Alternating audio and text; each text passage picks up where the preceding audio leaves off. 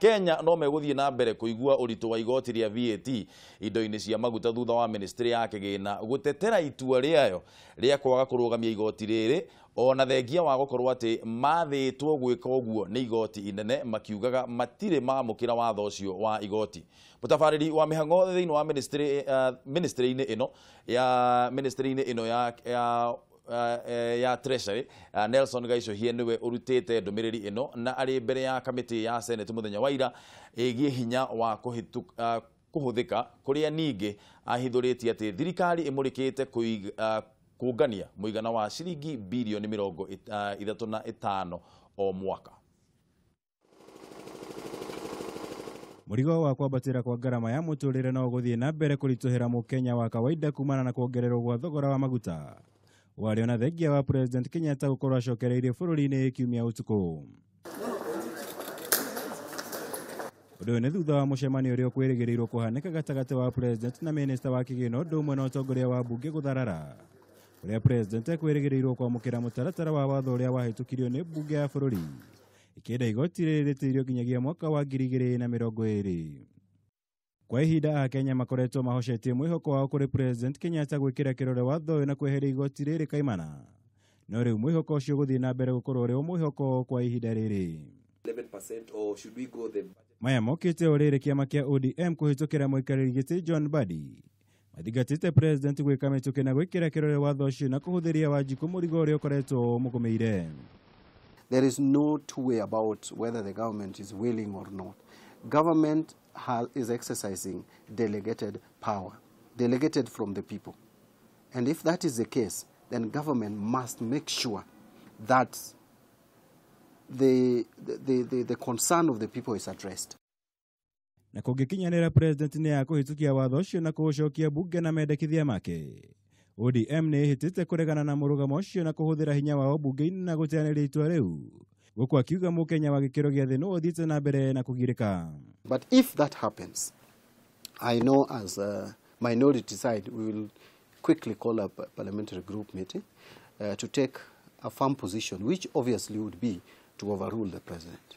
Hideni riu minista wa kigina na ruhonge rwa kuramata thogora wa maguta bururi-ini ERC ni mathitangitwo na kuagarara waitho wa igoti. Thutha wa gukorwo ri mathite kweheria igoti indo-ini cia maguta thiku nini hituku. Gikundi gia Sumawe Youth Group County ya Kisumu githitangite area na kuagarara watho uria watuirwo ni igoti ria Bungoma kiumia kihituku. Shiro yo gukiri uguo gathikiririo muthenya wa rucio igoti-ini inene ria Kisumu. Ngiribotera Kameme TV. Jitagwo Mwaura wa Gunya. Aya, hau niho turenda kwambika ndereti ya itu muthenya wa umuthi uhoro wegie VAT ira tugukorwo tukiriha na uhoro wa ukuria wa bururi uyu muno maundu megie industry na maundu megie uhori wa biashara taro ni tuwe ithue twitarurire ni twitaga business community tondu ucio niguo uhoro wa ma thini wa studio CS na kuma haha ngwenda gukwira mwiroreri ati ni gutwitikiria ni tondu wa maundu ngurani tutaongea kwa lugha ya Kiswahili no kamwira tukinyite hakwaria githweri ire Bwana CS. Shukran sana kwa kuja kuongea na sisi. Nashukuru sana. Kabla tuanze mazungumzo yetu hivi leo. Nataka dakika tu moja uchukue muda usalimie watu ambao wana watch Kameme TV asubuhi ya leo na najua hawezi shindwa kusema Muriega. Muriega. Yes. Andu wa Central Kenya Muriega. Ndamukeithia inyu yothe. Mari ukumushie muwe na siku njema. Yes. Tumeshukuru sana kwa kuja kuongea na sisi. Kabla hata tuanze ulikuwa governor miaka 5 na sasa uko cabinet secretary, uko in charge ya trade, industrialization and cooperatives. Kulingana na wewe difference ya kazi ya governor na cabinet secretary ni nini haswa na preference yako sahi ni gani? Najua sisi wengine wetu tafuta kazi ndio tuweze kupeana huduma. Kwa hivyo ile muhimu ni ile huduma unapeana. Kwa hivyo sioni tofauti kubwa. Ukiwa governor huko unahudumia wananchi wa Kenya. Ukiwa cabinet secretary pia unahudumia wananchi wa Kenya. Tofauti tu ni kwamba cabinet secretary anashughulikia mambo ya kitaifa, taifa yote. ukiwa gavana unashughulikia mambo ya kule mashinani. Kwa hivyo unakuwa karibu sana na mwananchi na shinda za mwananchi zile za kawaida.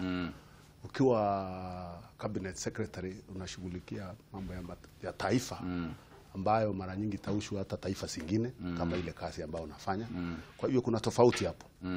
Unaona ni kama kuna disconnect kwa sababu wewe umekuwa mwanasiasa na wanasiasa wanapenda sana kuingia mashinani, kuongea na wananchi, kujua shida zao ni gani, kujua maisha yao iko namna gani. Sasa ukiwa cabinet secretary uko pale juu kidogo.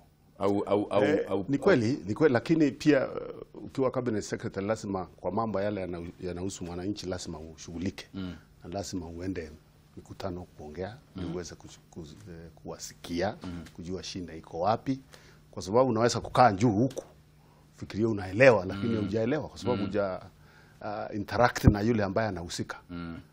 Kwa maana kwa sababu kwa mfano hii Ijumaa nitakuwa Kirinyaga, naenda mkutano kushughulikia mambo ya kahawa. Tunataka sasa kushughulikia kahawa irudi vile ilikuwa. Na itakuwa ngumu mimi kufanya hiyo kazi Nairobi pekee. Nairobi nitafanya mipango. Lakini kutekeleza hiyo mipango lazima niende kule tuongee na viongozi wale wanahusika, wakulima, tuongee na serikali ya county, wananchi waelewa ile mpango tuko naye. Alafu tuanze kutekeleza. Kwa hivyo lazima ushughulike hapa Nairobi kwa sababu lazima pia upange. Mpange pamoja kama ni cabinet lazima mnaketi pamoja na cabinet member wengine na president mnapanga. Ukimaliza mpango lazima mpeleke hiyo mipango kwa wananchi. Kweli. Kwa hivyo itategemea wizara ni gani. Kama wizara yako ni ya foreign affairs, pengine sasa hiyo kushughulika huku chini ni ngumu. Lakini kama uko kwa kazi ya biashara, kuhakikisha biashara inaendelea vizuri, lazima utaongea na wanabiashara hata wale wandogo uone vile pia watainuka katika kazi zao za biashara. Wale watu ambao wanapiga biashara hivi leo, kuna kilio kubwa sana kwa nchi kwa sababu ya hii VAT ambayo imewekwa kwa mafuta. Na kulingana na zile ripoti ambazo tunapata ni kwamba hakuna option ingine ambayo iko, lazima tulipe hii 16% VAT kwa hizi vitu za mafuta. Lakini sasa wapiga biashara wanateta kwa sababu bei ya zile vitu ambazo wanaenda kununua ndo wauze inaenda juu sana. Kwa hivyo customer base inaendelea kukua ndogo zaidi. Swali yangu ni kukiwa na hii 16% VAT ama ile mpangilio ambao serikali ilikuja nayo ya kufanya hii 16% VAT iwekwe, serikali imekaa ikafikiria kweli effect ambayo itakuwa kwa mwananchi wa kawaida? Serikali imefikiria na kama wale wameelewa hii mambo ya VAT vizuri. Hii sheria ikupitishwa leo. Hii sheria ilipitishwa miaka kadhaa iliyopita, lakini kuitekeleza ikaambiwa itachukua muda kwa sababu serikali ilikuwa inatazama hii mambo ya inflation, ione inflation itakuwa controlled namna gani. Kwa hivyo sio mpango umewekwa sahihi. Pia ni vizuri kuelewa hii mpango ya VAT ilikuja kwa sababu ile kazi tunafanya ya ujenzi wa barabara, ujenzi wa reli, mikopo ya hiyo kazi zote ikitoka nje inatoka nje, pesa inatoka kwa nchi zingine. Kwa hivyo hiyo inaweka pressure kwa shilingi ya Kenya. Hiyo ndio watu hawaelewi sana. Inaleta pressure kwa shilingi kwa sababu ukiwa pesa tu inatoka huko, pressure inakuja. Hiyo borrowing lazima umbalance na pia mapato ya hapa chini. Ya mapato ya nchi ndio tuweze pia kulipa hiyo madeni. Na ni kweli pia mwananchi wa kawaida anaumia, hiyo tuwezi kusema haumii. Lakini vizuri pia tuelewe kama nchi itaendelea na mahitaji mengi tuweze kuyatimiza. Hasa mahitaji ya ujenzi mingi ule unaendelea. Kila mahali ukienda, president akienda anaambiwa tengenezea sisi barabara, fanya idam. Na tax ile hiko ile ya mwaka haitoshi kutimiza hayo yote. Kwa hivyo hiyo ndio tunaona ni balance, utafute njia ya kubalance. Wacha niulize swali la taxation, kwa sababu mafuta ikiongezwa 16%, kuna zile bidhaa ambazo zilikuwa zimefanywa zero rated, vitu kama unga. Lakini hii unga ikishatengenezwa lazima ikuwe transported ndio iende iuzwe. Shida sasa inakuwa, ama swali inakuwa, kama ninalipishwa 16% kwa mafuta, lakini ile kitu ambayo ninatengeneza iko zero rated, je, mtu anafaa kurudishiwa, anafaa kufanywa tax refund ya zile vitu ambazo ameuza, ama hapo kunaenda namna gani? No, ile inaitwa zero rated, si bidhaa ile umenunua. Zero rate ile inakuwa zero rate ni ile unajua tax kuna categories kadhaa za tax ile zinawekwa. Kama kuna bidhaa unatengeneza inakuwa materials ile unanunua kutumia inakuwa zero rated. Lakini kuna ile inawekwa exception kama mafuta sasa. Hiyo si zero rated sababu imewekwa taxes. Kwa hivyo tuna differentiate, italingana na ile bidhaa unatengeneza. Kama sasa fuel hakuna zero rate hapo, because inawekwa hata VAT. Kwa hivyo pengine benefit yako itatokana na ile bidhaa nyingine tofauti ya mafuta ambayo unatumia. Tax code inakuwa complicated, si ati ni moja direct hivyo iko namna hiyo. Ni kweli wale wanafanya viwanda, wale wanafanya manufacturing, vitu yao mingi ile wanatumia, kwa sababu serikali inasaka kuongezea hiyo, tuwe na vibanda wingi na inakuwa zero rated. Kwa hiyo unapewa nafasi ya kununua kutoka nje bila kulipa. Lakini si mafuta. Sasa kama kuna addition nyingine unaongeza hapo, ndio unaweza sasa kusema hapo ndio utapata benefit. Unaweza rudi tena kwa serikali waambiwa kurudishia pesa. Kuna mpango ya Big Four agenda, na mojawapo ya ile mpango ni kuhusu viwanda. Mafuta ikiwekwa 16%, ama tukipandisha mafuta na bidhaa ambazo zinatokana na mafuta, je, hii ita affect maneno ya kukuza viwanda namna gani katika nchi? Ukiongeza bidhaa ambayo inatumika kwa viwanda, uweke taxi juu, lazima ita affect ile inaitwa competitiveness. Lakini ni vizuri pia tusitazame jambo moja pekee, kwa sababu kufanya biashara sio ati ni jambo moja tu itakusaidia. Unatazama other factors ambazo pia zinakusaidia kufanya competition. Na yule mtu ambaye anapanga biashara ndio huwa anatazama katika hii environment ya Kenya, na yale mambo nimetengenezewa na serikali, ile nitashukulia kwa juu zaidi nisaidie ndio niweze kupata hiyo competitiveness ni gani. Na ukitazama rating ya Kenya katika competitiveness ya biashara, Kenya iko juu sana. Kwa sababu wale wanafanya rating hawatazami tu cost ya bidhaa fulani, wanatazama pia wafanyikazi wanafanya kazi masaa ni mangapi. Wanatazama mambo ya kupewa license ya kufanya ile kazi unapata kwa haraka namna gani. Wanatazama mambo ya transport, wanatazama mambo ya barabara, bidhaa inaweza kufika kutoka kwa kiwanda kwa soko kwa haraka namna gani. Hiyo yote si jambo moja tu inatazamwa. Kwa hivyo ukitazama rating yetu vile tumetoka mbali kutoka kwa pale tulikuwa zamani, kwa rating ya kufanya biashara mpaka juu, na tunaendelea. Hatusemi hakuna changamoto, siko mingi. Lakini wakati mwingine pia tunasema tunajaribu kutighten our belts kuhakikisha. Lakini sasa bwana CS, wale watu ambao wanaambiwa wa tighten belt ni wale watu ambao hawana chochote. Wale hawana chochote. Nikisema wale hawana chochote na maanisha Wanjiko, mwananchi wa kawaida, yeye ndo anaambiwa tighten your belt ama kaza mshipi wako, kwa sababu tough times are ahead. Yani kuna mlima ni lazima tupande, lakini wale watu ambao wanashikilia ni wale wadogo zaidi. Hatusemi mtu wa kawaida peke yake tighten belt, lakini ni vizuri pia tutazame yale malengo serikali imepewa na mwananchi. Tunataka tupeane elimu ya bure, inapeanwa. Tunataka tutengeneze barabara nyingi, zinafanywa.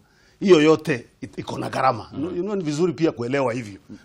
Hakuna spending ya serikali ambayo inatoka mahali nyingine, inatoka kwa mapato, either iwe ni ile tax ambayo serikali imeokota kwa wananchi na wafanya biashara na viwanda, ama iwe ni mkopo kutoka nje. Hiyo ndio serikali inaweka pamoja, inasema sasa tutafanya hii na hii na hii na hii na hii na hii. Hii tutapeleka kwa elimu ya bure, tutapeleka kwa kulipa madaktari wakigoma, hii ndio tutapeleka kulipa walimu wakitaji mshahara mkubwa. Hiyo yote inaenda ikikula ile kikapu ya pesa. Sasa kila mwaka lazima serikali itasame kwa kikapu hii tuko naye sasa ni wapi tutaweza kushika kuendelea kufanya hayo ambayo mwananchi anataka ifanye. Kwa hivyo na nikisema hiyo sisemi tusitafute njia ya kuhakikisha mwananchi wa kawaida hajafinywa.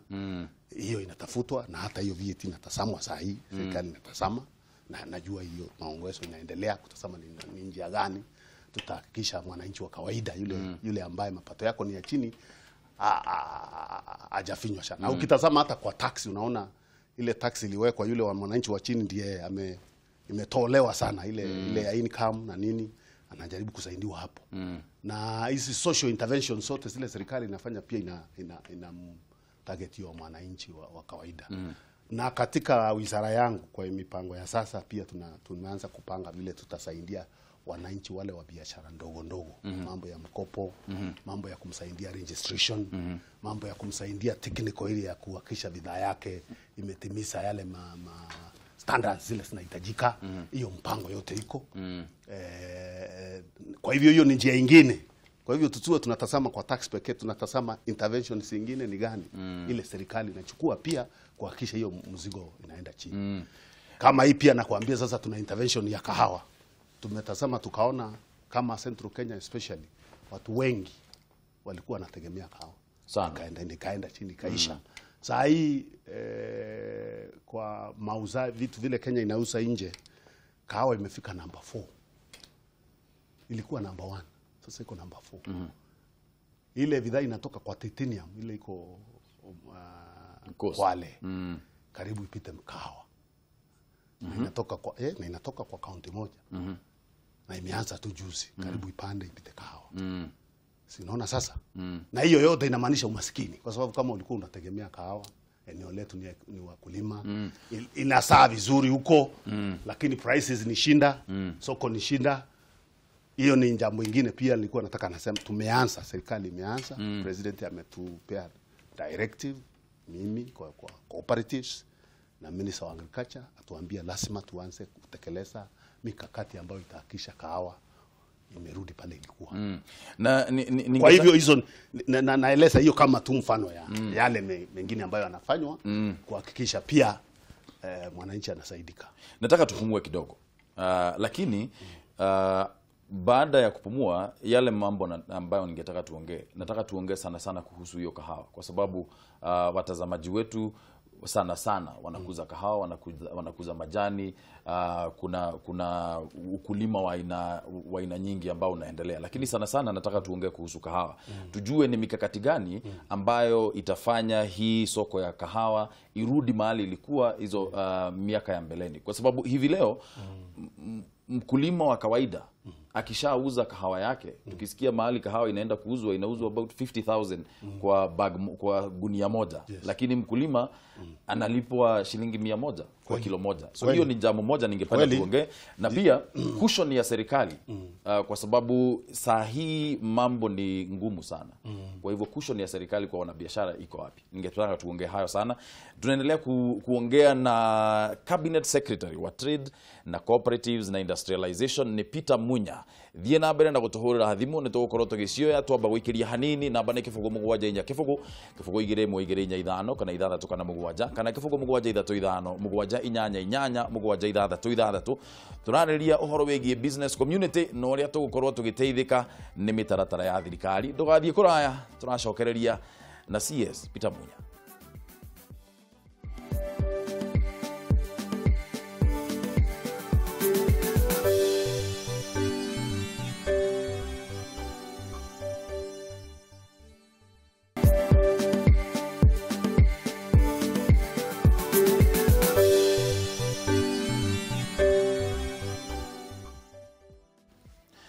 Gatho nyingi muno mwiroreri wa Kameme TV rucini ruru ni guthie na mbere na kunyitirira kwirorera na guthikiriria Kameme TV muthegi wa ruriri. Tafarira ni yari kiratha na tafarira yari kiratha tukwiraga rucini ithuĩ ni ithuĩ number 1 na ni tondu waku we na ni tondu wa gukorwo ati tongoragio ithuĩ ni Jehova. Ni thengio muno nyie njitagwo Ndung'wa Mburu gwitu ni kuria Lari gicagi gitagwo Karatina. Twi haha twina cabinet secretary wa trade industrialization na cooperatives etagwo CS Peter Munya na niwe turaranĩria nake rucini ruru. Kamwire tucokete thiini wa ndereti tundirenda kwamba guthoma message cigana ona iria utumite we na nyambe thie kuria mwena wa Facebook nyambe thome message ya mundu gwitwo Frederick Iheho akauga watching from Mwemuto ask the CS if according to him, he thinks whether there is going to be some tax relief. Is there going to be some tax relief? Bwana CS atatuelezea hayo. Samiwa Hell's Gate akauria atiriri uria CS kana maguta ni makogwa na EVS thirikari ifagite kuruta mbeca ku. Yale maswali mengi ambayo tunapata ni kama hii mafuta itaanguka Bwana CS. Gathua Skylink All Kalao kindly ask the minister how they are doing to make sure that our products that we export are adding up their value. Nikiuria kiega muno hau na tondu akirio wa industrialization ni egutwira mitaratara ya thirikari uhoro wigie guthondeka kwa iganda. Mithia kuma Kamacharia akauga morning CS wa trade. How is online trading sector doing and what support are you giving to those involved in this sector? Maswali mengine ambayo baadhi ya maswali ambayo tunaendelea kupata kutoka kwa watazamaji wetu asubuhi ya leo. Lakini kabla tufike kwa maswali nataka turudi kwa ile mjadala ya kahawa. Ni mikakati gani? Kwa sababu hii mjadala ya kahawa ni mjadala ambao tumekuwa nao kutoka time ya Moi, Kibaki, sasa tena Uhuru. Ni mjadala ambao tunaendelea lakini hatuoni mkulima wa kahawa bado hajapata ile nafuu ya kujua akishapanda kahawa ama akienda kufanya kazi yake ya mkulima wa kahawa atapata mapato. Kufikia sasa ni mikakati gani ambayo nyinyi kama serikali mmeweka hakikisha kwamba mkulima anasaidika akishauza kahawa yake? Kwanza nataka niseme tumemaliza mipango. Kwa sababu kila jambo hasa jambo kubwa kama hili la kahawa ambalo limekuwa na changamoto miaka mingi. Kwanza ni muhimu ufanye mpango ambao unajua huu mpango tukitekeleza utakuwa sawa sawa. Na pia ufikirie njia hata utekelezi, kwa sababu si mpango unaweza kuwa mzuri lakini utekelezi pia unakuwa shida. Kwa hivyo nataka niseme tumemaliza kupanga mikakati ambayo itasaidia kahawa ianze kurudi pale ilikuwa.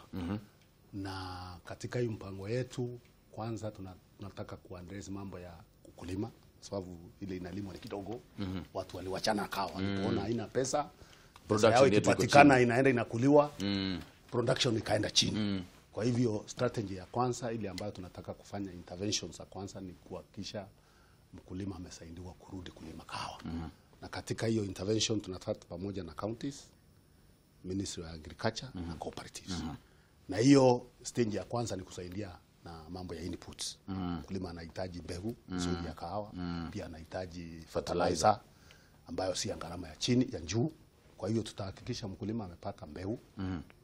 Na kwa sasa already kwa agriculture wako na nurseries mingi za kutosha. Ya pili tuhakikishe fertilizer ile inafaa, kwa sababu fertilizer ziko tofauti na wakati mwingine ile inafika si hata ile inahitajika. Kwa hivyo saa hii research ya kutazama soil testing inaendelea. Saa hii tunaongea na wewe ya kuhakikisha kujua Murang'a, soil za Murang'a, acidity levels ni gani, fertilizer ile inahitajika na combination na fertilizer ile inahitajika ni gani, tujue na tuweke hiyo stock tuanze kupewa kulima. Na tufanye ile liming to deal with those acidity levels. Kwa sababu kuna fertilizer tunanunua iko kwa masoko inauzwa sana. Lakini hata ukitumia hakuna kubadilisha ile soils, kuenrich the soils, kuhakikisha kahawa imerudi. Kwa hivyo hiyo program ya soil testing and liming has already started, na county zile tunashirikiana nazo, zile ziko tayari, tumeongea na tukakubaliana. Na nimesema moja ni Kirinyaga, na Friday nitakuwa Kirinyaga tukiongea na wakulima. Na county already wameanza kupanga hiyo mipango ya vile tutakutana viongozi wa kahawa na wakulima tuanze hiyo mpango. Kaunti ile nyingine ni Nyeri. Kutoka Nyeri tuende Embu. Tuende kwa hizo kaunti zingine zile service, kwa sababu hii kazi haitafanywa na serikali ya taifa pekee. Lazima ushirikiano uwe kati ya county na national government. Unajua ukulima sasa ile mingi ni county extension services, utasema hizo soya usiko sawa sawa kuhakikisha mkulima anasaidiwa pale utaalamu unahitajika, hiyo yote ni county. Kwa hiyo lazima tuwe sambamba na county na tumekubaliana, ndio hakuna kitu ambayo inahitajika kufanya itaanguka. Tukimaliza hiyo ya production, tuende sasa kwa ya management ya kahawa, usimamishi mzuri. Hapo ndio shinda iko. Yes. Na hiyo ndio kazi ya cooperatives. Na hiyo mimi niko tayari kusafisha yote. Kuhakikisha wale wanasimamia kahawa si watu wa kuweka pesa ya wakulima kwa mfuko. Hiyo sana sana hapo kwa management, lakini kabla uongee maneno kuhusu management, naona kuna message hapa kutoka Gadua Skylink akiwa Nyandarua Olkalao. Kindly ask the minister how they are doing to make sure that our products that we export are adding value. Kuna hii maneno ya value addition ambayo tunakuwa tukiongea sana sana kuhusu. Value addition ni jambo lingine pia ambalo ni la muhimu, kwa sababu tunauza bidhaa yetu mingi tunauza huko nje. Kahawa, majani chai, makandamia, mapato mengi kwa sababu nchi yetu ni ya ukulima. Tunauza huko nje. Tunaukuza kwa mashamba badala ya kuongezea value. Tufanye processing kidogo iongeze bei, mwananchi mkulima apate pesa ya juu. Inaenda huko, mwingine kule nje ndiye anaongeza value, yeye anapata bei zaidi. Kwa hivyo pia hiyo mipango iko. Kahawa iko value chain ya kahawa, tukianza kwa planting tuende kwa management. The next stage ya mwisho sasa ni kuona ni vipi tutasaidia value addition ya kahawa. Kuna wale wameanza kidogo kama Mbaricho huko najua wameanza huko Nyeri kidogo. But hiyo haitoshi. Tutaanza, niko na institution ya serikali ambayo inasaidia kwa mambo ya branding and value addition, inaitwa Kiridi. Hiyo ndio tunataka kudeploy kwa various cooperatives zile siko tayari kwa value addition, muanze kufanya hivi. Pia tunasaidia na access ya soko, kwa sababu kuna wale wanafanya sio ati haijafanywa. Kuna private for example companies zile zinafanya value addition, siko na factories. Pia hawa tunawasaidia na access ya masoko mkulima, kwa sababu soko inahitajika. Value hand pia linkage yawe na soko, kule soko iko inahitajika. Hiyo pia ndio kazi ambayo Ministry ya Trade tunaendelea kufanya. Ule mkulima mdogo ya tatu ni vizuri pia tujue but transformation ya Kenya pia itafanywa na ile kidogo pekee. Tunahitaji pia viwanda vikubwa vije hapa, kwa sababu pia ni ajira. Ndio unaona tuko China, kama nimetoka tu China juzi, nimekuwa huko 1.5 weeks. Nikiongea na factory owners, companies ile kubwa, waje hapa wafungue viwanda vikubwa, watusaidie value addition. Sio agriculture pekee, mambo ya factory ya aina zote, minerals, agriculture, cement, power generation, everything, every industrial sector wakuje. Lakini sasa already tumeongea na wengi, tax code tumewasaidia na mambo ya vile wataweza kusettle in. Mtahakikisha vipi bwana CS, mtahakikisha vipi ya kwamba hawa watu ambao foreign investors, kwa sababu hao ndo unaongea kuwahusu foreign investors, nasema hiyo ni category tofauti. Ni sawa. Nauliza wakileta industries zao huko, mtahakikisha vipi? Kwa sababu tumeona sana wengine wanakuja wana employ mpaka zile kazi ndogo sana za mikono, unaona ni wa Chinese wanakuja kufanya hiyo kazi. Hiyo pia mtahakikisha vipi ya kwamba Wakenya ambao wako na hizo skills, hao ndo wanapatiwa hizo kazi, lakini sio foreigners kuja kufanya hata hizo kazi ndogo sana? Mtahakikisha vipi? Kwa sababu kusema ukweli, na tukiongea kuhusu SGR kuna shida. Ni vizuri niseme hiyo imekuwa shinda kubwa kidogo, kwa sababu kuna kazi ambazo zinahitaji utaalamu mkubwa ambayo pengine hakuna watu hapa ambao wanaweza kufanya, na kuna zile zingine utaalamu umejaa. Kwa hivyo lazima tufanye segregation ya hizo kazi. Tuhakikishe wale watu wanakuja hapa Kenya kufanya kazi ni wale wataalamu wa hali ya juu, Kwa sababu mtu pia akifanya investment hata trust wewe tu haje hapo mwambie sasa utaajiri kila mtu ni Mkenya na ni biashara yake. Lazima pia hawe anapewa nafasi ya top management, aweze kuleta top management ya watu wake wala wanaelewa system zake na biashara zake, top management. But hii mambo ya kazi ndogo ndogo pia kupatiwa watu wa kutoka nje, hiyo lazima we must face that out. Na I know unajua hata kwa SGR the planning was first of all hawa watu waje wasaidie kutengeneza, then wasaidie kwa training. Na unajua kuna Wakenya wengi wako kwa hizo kazi wanafanywa training. So it's a transitional period. Tusitazame ni kama hizo kazi zimeenda. It's a transitional training. Na nakumbuka wakati SGR ilianza, artisans wale walikuwa wanahitajika kwa hiyo kazi walikuwa wengi sana. Na kama hawangeleta artisan kutoka huko nje, zile kazi zingine wale hawa pia ufanya na ni muhimu kwa economy zingeisha, because hawa wote wangeenda kwa SGR. Skills levels litasamwa na ikaonekana kama tutakubali watu waje walete kufanya hiyo, hawa wengine watatoka kwa economy. Lakini bwana sio inatengeneza mtindo. Inatengeneza mtindo wa kusema inatengeneza mtindo wa kusema kama tunaweza leta mmoja, mbona tusilete wengine? Hapo hakuna mtindo, kwa sababu SGR ni specific agreements and specific commitments between the government and actually the government of China. That mtakuja mfanye hii kazi, wale watu iko kwa agreements. Yes, makubaliano kati ya serikali mbili. Na mtafanya hizi kazi kwa muda huu, na mtatrain wa Kenya wa aina hii kwa muda huu, na mtaanda over kwa muda huu. Kwa hivyo iwezi kusemekana sasa hiyo itakuwa replicated ama itaenda kwa kila sekta. Hiyo ilikuwa kwa sababu hii ni kazi ya kitaalamu kikubwa, hatujafanya tena, na ni kazi ambayo ilikuwa inahitajika iharakishwe iweze kuisha. Kwa sababu tena ni mkopo, iharakishwe iweze ilikuja ikiwa single package, one package combined together. But ni vizuri pia kusema actually minister ukimuita hapa wa infrastructure atakwambia ala subcontracts mingi ambazo zinashikana na SGR ambazo Wakenya hufanya. Unajua wakati mwingine tunaongea inakaa kama ni wa China tu wanafanya hiyo kazi. Hiyo si kweli. Kuna subcontracts mingi. Kwa hivyo iko na ripple effect. Ripple effect kwa economy kubwa sana ambayo hatuongei. Ambayo utasikia watu wakiongea sana. Kwa hivyo ni vizuri tuione kwa hiyo long term. This is a specific project tuko kwa serikali imekubalianwa. Na hata wale wamekuja wamepewa specific timelines zile watakuwa hapa. Skills transfer zimepeanwa pia, ni muda gani mtakufanya skills transfer kwa Wakenya, na alafu muondoke. Niko na uhakika ya kwamba kuna ile jambo ya management ya cooperatives ambayo tumeruka kidogo, lakini nataka turudi hapo kwa sababu naona pia muda unaendelea kutupa kisogo. Njia ambayo wewe kama minister sahihi utatumia ambayo haijatumika na wale minister wengine ambao wamekuwa hapo mbele yako kusafisha cooperative sana KPCU, kusafisha hizo cooperatives za kahawa ndio mwananchi aweze kusaidika. Wewe ni mbinu gani tofauti na wale wengine utatumia ili kuhakikisha kwamba kuna clean up ya ile mess ambayo iko kwa cooperatives za kahawa?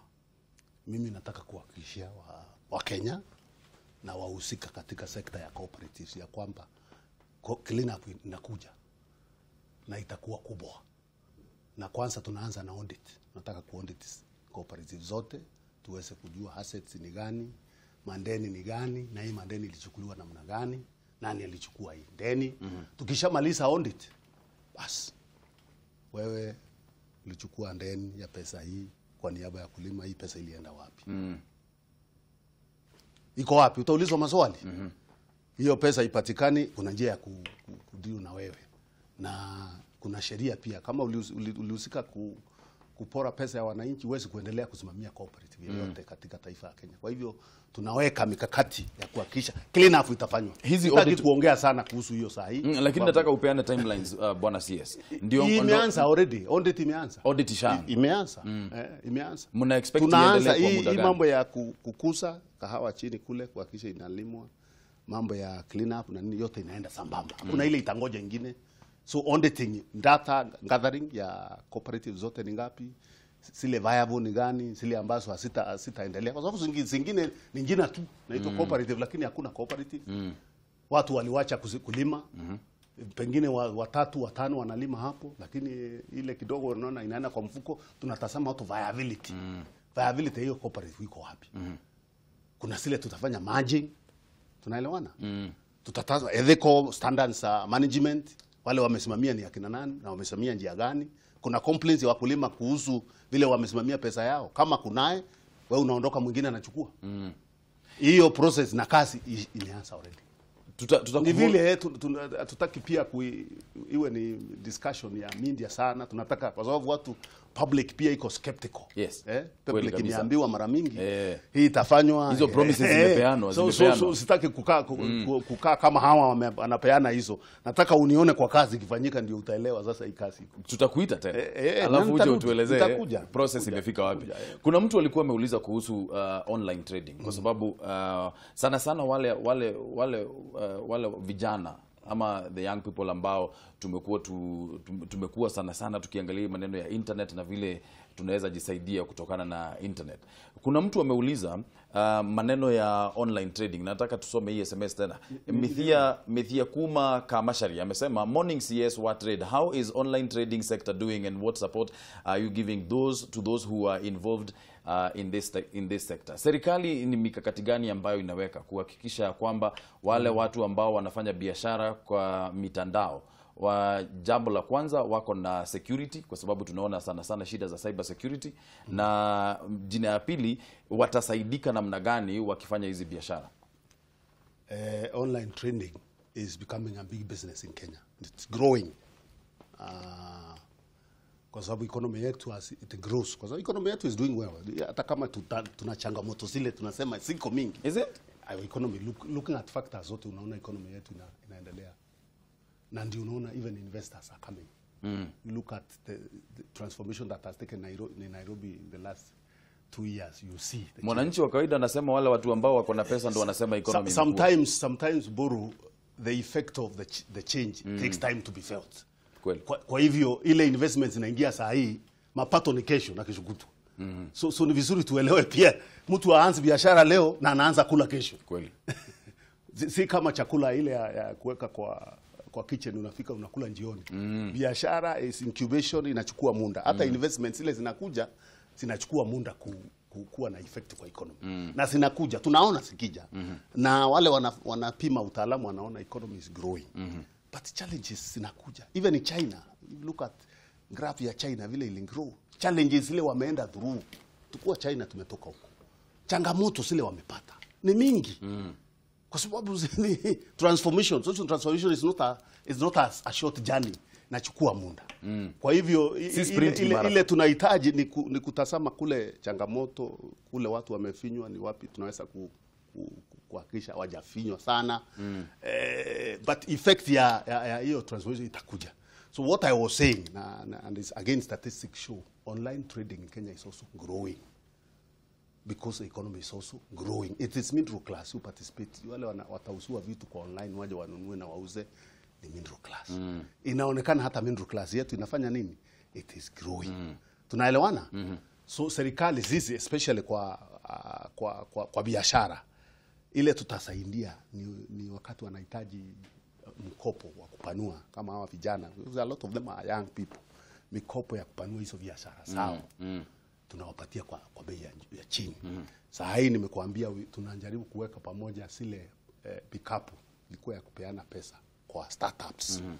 Hizo pickup tunaweka pamoja kwa kitu kimoja kikubwa.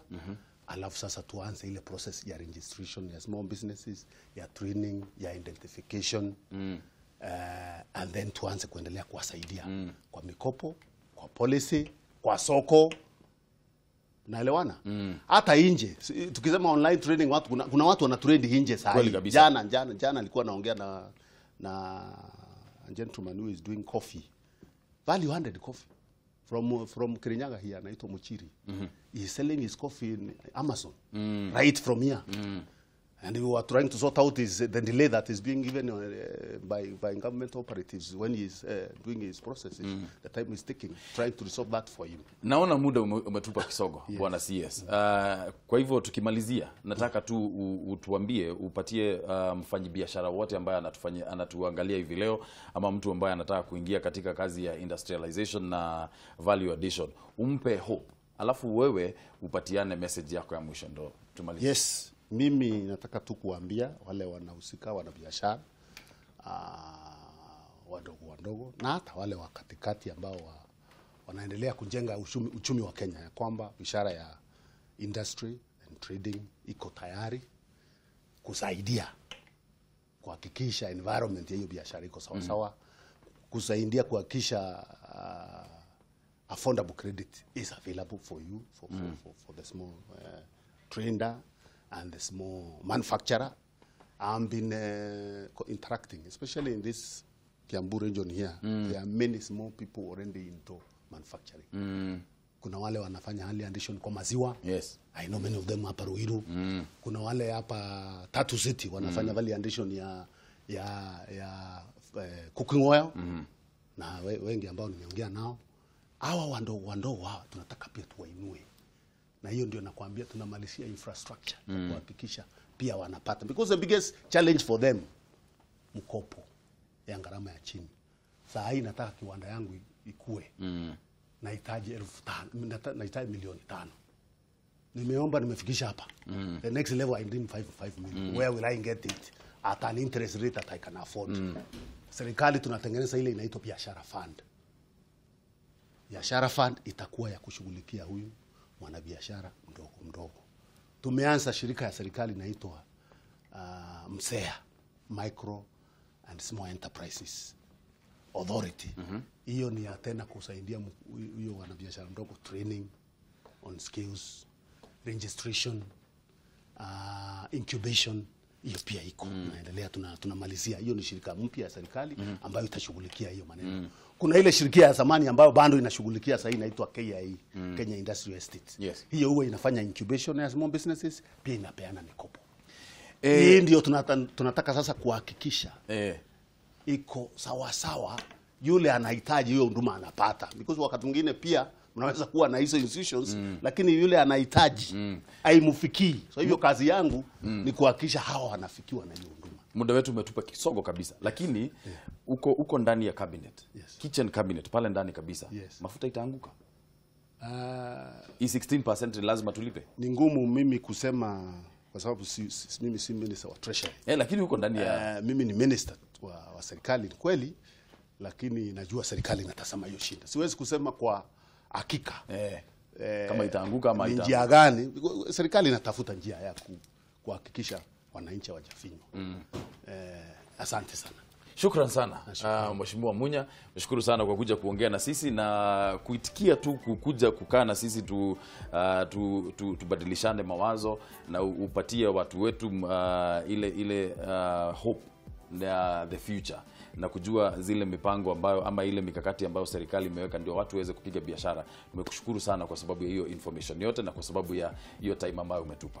Shukran zaidi, takuja tena. Shukran. Kuongea zaidi. Haya, asante. Nawe mwiroreri ngagucokeria ngatho muno, no guthie na mbere na kwaraniria na ithue, kwandika message icio ciothe wathie na mbere na guciandika, gutuhurira thimu na maundu maria mangi mothe twakorwo tugika thiini wa ndereti ino. Ngagucokeria ngatho muno na gakwira we wa bata muno ni tondu wa maundu macio mothe ni twakeigua uria thirikari mibango iria inayo ni twerirwo haha wega ati muno maundu megie kahua ni megukorwo makirorwo na njira nene muno, nigetha murimi wothe wa kahua uria gukorwo akiruta wira ucio agakorwo akiona